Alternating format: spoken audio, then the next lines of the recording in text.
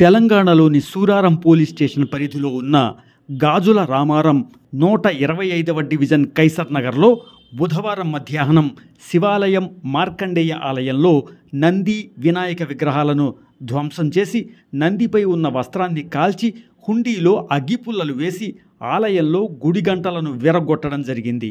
హిందూ దేవాలయాలపై వరుసగా జరుగుతున్న ఘటనలను తీవ్రంగా ఖండిస్తూ కైసర్ నగర్ హనుమాన్ ఆలయం నుంచి శివాలయం వరకు హిందూ వాహిని ఆధ్వర్యంలో శాంతియుత ర్యాలీని నిర్వహించారు.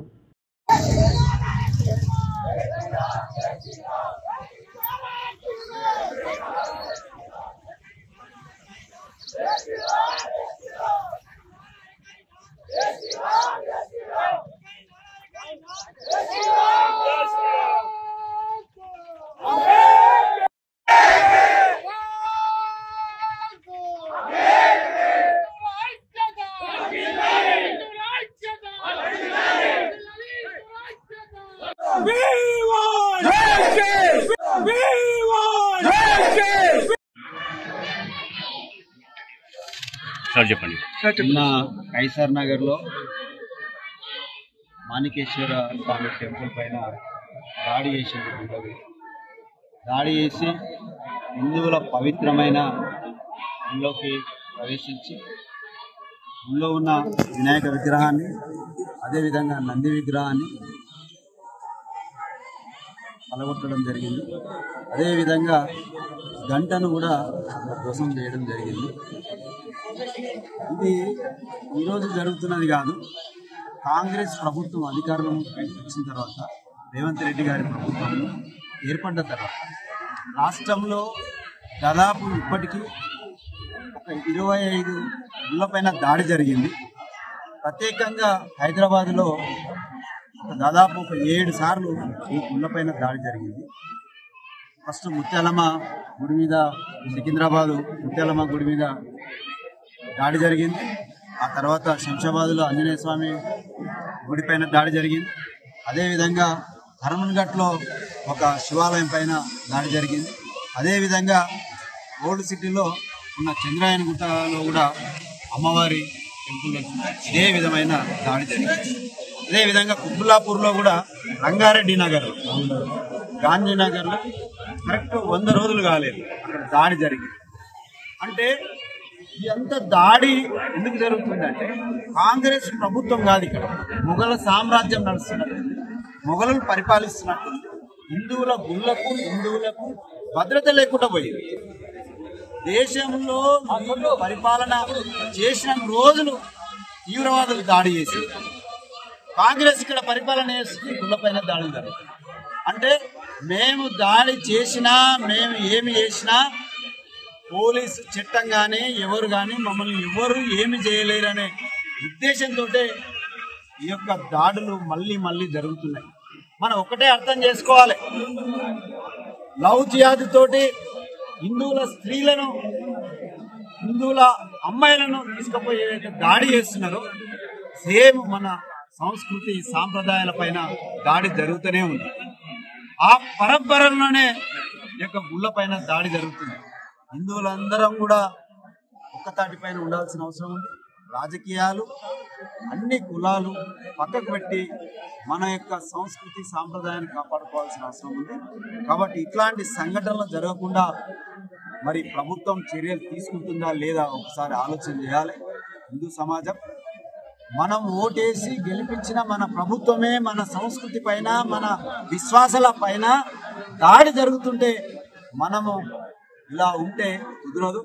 కాబట్టి రాబో రోజుల్లో ఇట్లాంటి దాడులు జరిగితే మాత్రం మనం అందరం కూడా సంఘటితంగా ఈ యొక్క దాడిని వ్యతిరేకించాల్సిందే.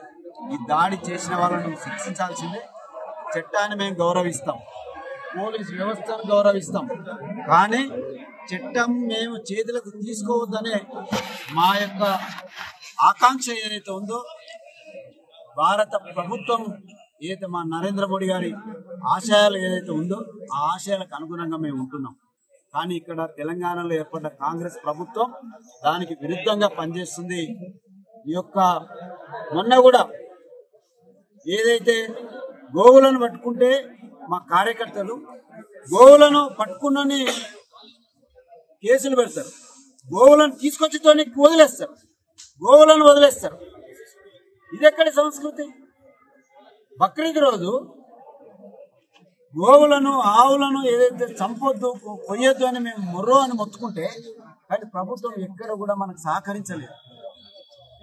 ఎక్కడ పడితే అక్కడ రోడ్ల మీద రక్తం పారింది గోవులకు. అంటే ఏం నడుస్తుంది ఈ రాష్ట్రంలో? ఒకసారి మనం అందరం కూడా ఆలోచన చేయాల్సిన అవసరం ఉంది. హిందువుల వ్యతిరేక ప్రభుత్వం నడుస్తుంది ఇక్కడ, కాంగ్రెస్ ప్రభుత్వం. అధిక సంఖ్యలో ఉన్న మన యొక్క మనోభావాలను దెబ్బతీసే విధంగా ఈ ప్రవర్తన జరుగుతుంది. మనం ఒక్కసారి ఆలోచన చేసుకోవాలి. ఇన్ని సంఘటనలు జరిగినా కూడా సంఘ విద్రోహ శక్తులను కఠినంగా శిక్షించకపోవడం, అదేవిధంగా కేసులు పెడితే ఉదయం అరెస్ట్ చేస్తారు, సాయంత్రం బెయిల్ ఇచ్చి పంపిస్తారు. మరి ఎట్లా కంట్రోల్ అవుతుంది? ఎవరు కంట్రోల్ చేయాలని చెప్పండి? 80% ఉన్న హిందువుల మనోభావాలు దెబ్బతింటుంటే మీకు సిగ్గు శరం అనిపిస్తలేదా? ఈ ప్రభుత్వానికి, ఈ రేవంత్ రెడ్డి ప్రభుత్వానికి సిగ్గు శరం లేదా? మీరు రోజు గుళ్ళో దండం పెట్టుకొని, ఇంట్లో దండం పెట్టుకొని వస్తలేరా కాంగ్రెస్ నాయకులారా? ఒక్క రోజైనా మీరు ఈ గుళ్ళ పైన దాడి జరిగితే ఒక్క రోజైనా ఖండించిండ్రా? గుడిని సందర్శించిండ్రా? లేదు. అంటే మీరు ఎవరికి సపోర్ట్ చేస్తున్నారు?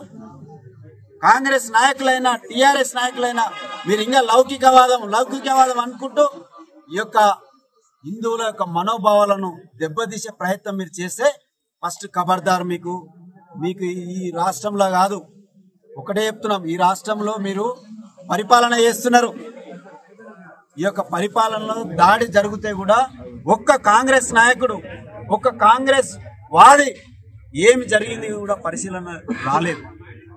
కాబట్టి మీ యొక్క అంతర్యం ఏమైంది అంటే, దాడులు జరిగినా మేము చూసుకుంటూ ఊరుకుంటాం, దాడులు జరిగినా మేము మా పనే మాకు ఓట్లేసి ప్రజలు కూర్చోబెట్టిండ్రు కాబట్టి మేము ఈ విధంగా ప్రవర్తిస్తాం అనే విధంగా మీ యొక్క ప్రవర్తన ఉంది. రాను రోజుల్లో ఇట్లాంటి పరిణామాలు జరిగితే మాత్రం హిందువుల ఐక్యత మీరు చూడాల్సి వస్తుంది. ఆ ఐక్యత ఏ విధంగా ఉంటుందో మీరు కళ్ళతో చూసే రోజు వస్తుంది. ఖబర్దార్, ఇలాంటి చర్యలు మళ్ళీ జరగొద్దని మేము హెచ్చరిస్తున్నాం. పోలీస్ వ్యవస్థ కూడా చెప్తున్నాం. ఈ యొక్క కుత్బులాపూర్లో ఉన్న అన్ని గుళ్ళ సీసీ కెమెరాలు ఏర్పాటు చేయండి. దానికి బడ్జెట్ కావాలంటే మేము ఇస్తాం. మీరు పెట్రోలింగ్ చేయాలి ఖచ్చితంగా. గుడి కమిటీ ఎవరెవరు ఉన్నారో వాళ్ళ లిస్టు తీసుకోండి. గుళ్ళో ఇట్లాంటి సంఘటన జరగకుండా మీ యొక్క చర్యలు చాలా తీవ్రంగా ఉండాలని మేము కోరుకుంటున్నాం. మధ్యాహ్నం 2 గంటలకు గాజుల రామారం డివిజన్లోని మన కైసర్ నగర్ శివాలయంలో జరిగిన దుర్ఘటన అనేది చాలా దుర్మార్గమైన చర్య. ఇలాంటి శివాలయాలపైన, ఆలయాలపైన జరిగిన చర్యలు ఉన్నాయి. అది కుత్బుల్లాపూర్లో మరీ ప్రత్యేకంగా జరుగుతున్నాయి. ఎందుకనేది అది ఎవరికీ అర్థం కావట్లేదు ఈ వ్యవస్థలో. నిన్న జరిగిన దుర్ఘటన ఏంటి అంటే, నందీశ్వర్ని మొత్తం బట్ట చింపేసి కాల్ చేసి దానిలో అగ్గిపుల్లలు ఏవైతే ఉన్నాయో అగ్గిపుల్లలు మొత్తం చీల్ చేసి మన హుండీలు వేశారు. హుండీలో ఒకవేళ అమౌంట్ కానీ క్యాష్ కానీ ఏమైనా ఉంటాయి కాలిపోవాలనే చర్య ఒకటి. అదేవిధంగా గంట, మనం పవిత్రంగా భావించే గంట ఉంటుందో శబ్దం, ఆ శబ్దం రాకుండా ఉండడానికి మొత్తం దాన్ని మొత్తం కట్ చేశారు. అంటే ఎంత కోపం ఉంటే ఒక మనిషి ఆ గంటలు వీకేసినంత కోపం ఉన్నది జనాలకు. సార్ అప్పుడు ఎవరు లేకుండేనా సార్ ఇక్కడ? ఆ టైంలో వ్యవస్థలు ఎవరైనా ఉంటే వాళ్ళు ఉంటే ఇట్లా ఆలయ కమిటీ కూడా ఎవరు లేదు. మధ్యాహ్నం టైంలో జరిగింది. ఏ టైంలో జరిగింది? మధ్యాహ్నం 2 గంటల సమయంలో. ఇక్కడ ఎవరు లేకుండేనా సార్? సీసీ కెమెరాలు ఉన్నాయి. సమయం అయితే అది పని చేయట్లేదు. డివిఆర్ మిషన్ అది పని చేయట్లేదు. సార్ చెప్పండి. సీసీ కెమెరా లోపలిది పనిచేస్తుంది. దాన్ని ఇంటెన్షనల్ గా ఒక వైపర్ కట్ట తీసుకుని దాన్ని ధ్వంసం చేయడం జరిగింది. అది పక్కా ప్లానింగ్ తో వచ్చి చేయడం జరిగింది. అది సీసీ కెమెరాలు కూడా కట్ అయినట్లు ఉన్నాయి 2-3 కేసెస్ గా. అవి కొన్ని మీడియాలో రాలేవు. కాకపోతే ఆ వీడియోస్ అనేవి సపరేట్ గా ఫోటోస్ వీడియోస్ అటాక్ కూడా ఫిఫ్త్ టైం అంటే ఇంతవరకు చిన్నగా అయింది. ఈసారి హుండీల మీద ఫస్ట్ బయట ప్రాంగణం వరకు 4 times అయిందండి. ఇది 5th టైం. ఈ 5th టైం వచ్చేసి డైరెక్ట్ గర్భగుళ్ళ కూడా వాళ్ళు ఎంట్రీ అయిపోయారు. కాకపోతే సీసీ కెమెరాలు లేవడం వల్ల అక్కడ ఏం జరిగిందో ఏం తెలియదు. కెమెరాలు అన్ని బద్దలు కొట్టేసారు. నెక్స్ట్ విగ్రహాన్ని అయితే వాళ్ళు ఎంత కోపంతో కొట్టారంటే బండరాయిని కూడా వాళ్ళు కొట్టారు. నెక్స్ట్ ఆ గంటలు వాళ్ళు కొట్టారు, బట్టను కాల్ చేశారు. హుండీని కాల్చాలనే ఉద్దేశంతో మెయిన్ ఉద్దేశంతో అయితే హుండీని కాల్చాలని బాగా ప్రయత్నించారు. వాళ్ళ వల్ల కాలేకపోయింది. కాకపోతే దుండాలు కంపల్సరీ ఏసీ ఎంతమంది ఉండొచ్చు సార్ వాళ్ళు? గ్రూప్ గానే వచ్చి ఉంటారు. ఎందుకంటే ఒకరు సీసీ కెమెరాలు వాళ్ళు కొట్టారు, ఒకరు డివిఆర్ వాళ్ళు కొట్టారు, ఒకరు కరెంటు తీసేసారు, ఒకరు బంటలు. అక్కడ ఉన్న సామాగ్రి కూడా చిన్న వల్ల వేసేసి పూజా సామాగ్రి కూడా అంత కింద పడేసి పూజ పనికి రాకుండా వేసారు. ఇట్లాంటి దాన్ని పోలీసులు కూడా బాగా కఠినంగా గాలించి కంపల్సరీ ఆ దుండలను పట్టుకొని కఠినంగా శిక్షించాలని సార్ నిన్న మధ్యాహ్నం సుమారు 3 గంటల సమయంలో సుధారం పిఎస్ పరిధిలోని కైసర్ నగర్ కాలనీలో శివాలయం టెంపుల్ ఉంది. శివాలయం టెంపుల్లో లోపలికి గుర్తెల దుండగులు ఎంటర్ అయిపోయి ఆ గుడికి పైన ఉన్నటువంటి ఎంట్రన్స్ పైన ఉన్నటువంటి చిన్న వినాయక దేవుడిని విగ్రహాన్ని డ్యామేజ్ చేయడం జరిగింది. దాంట్లో భాగంగా కేసు రిజిస్టర్ చేస్తాము, ఇన్వెస్టిగేషన్ చేస్తున్నాము. నిన్న మధ్యాహ్నం సీసీ కెమెరాస్ లేకుండా సార్? సీసీ కెమెరాలు ఉన్నాయి కానీ నాట్ వర్కింగ్. సార్ ముందు ఇంట్లో ఇక్కడ పక్కన ఎక్కడ లేదా సార్ సీసీ కెమెరాస్? ఉన్నాయి, చాలా చోట్ల ఉన్నాయి. అవన్నీ కూడా వెరిఫై చేస్తున్నాము. ఈ ఇంటి ముందర కూడా ఉన్నాయి, ఈ టెంపుల్ ముందు కూడా ఒక ఇంట్లో కూడా ఉన్నది, టెంపుల్ పక్కన కూడా ఉన్నది. దాంతోపాటు మా టెక్నికల్ టీం అంతా కూడా చాలా సీరియస్ నుంచి పనిచేస్తున్నారు. వీళ్ళని తొందరగా ఎవరైతే నేరం చేస్తారో వాళ్ళందరూ పట్టుకొని కోర్టు ముందు ప్రొడ్యూస్ చేస్తాము. Okay sir, thank you. Thank you sir.